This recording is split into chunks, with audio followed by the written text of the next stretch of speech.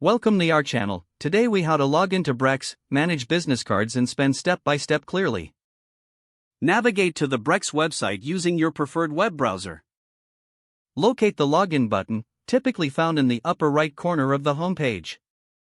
Click on the login button to be directed to the login page. Enter your registered email address in the designated field. Input your password in the corresponding password field. If you wish to stay logged in on your device, check the Remember Me box. Click on the Login button to access your account. Once logged in, you will see the Brex dashboard. From the dashboard, navigate to the Cards section to manage your business cards. You can view the details of each card, including spending limits and recent transactions.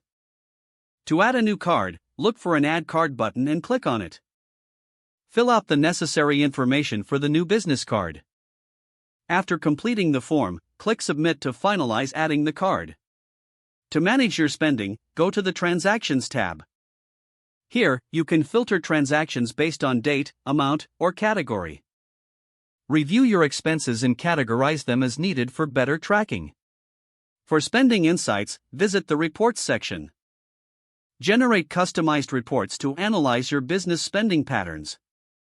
If you encounter any issues, refer to the Help section or contact support for assistance. Remember to log out of your account when finished for security purposes. If the page does not load, refresh the browser or try again in a private or incognito window. Make sure you are using the correct email address, then retype it carefully to avoid small typos. If your password is not accepted, use the Reset option and create a new strong password you can remember. Check your spam folder for verification or security emails, then complete any requested confirmation steps. Enable two-factor authentication if available to improve account security and reduce unauthorized access risk. After signing in, review your profile details so your contact information and settings are accurate and current. If you see an error message, note it down and try again after restarting your device and internet connection. Log out when you finish, especially on shared devices, to keep your account and payment information secure. Don't forget to like this video and subscribe to our channel for more step-by-step tech guides.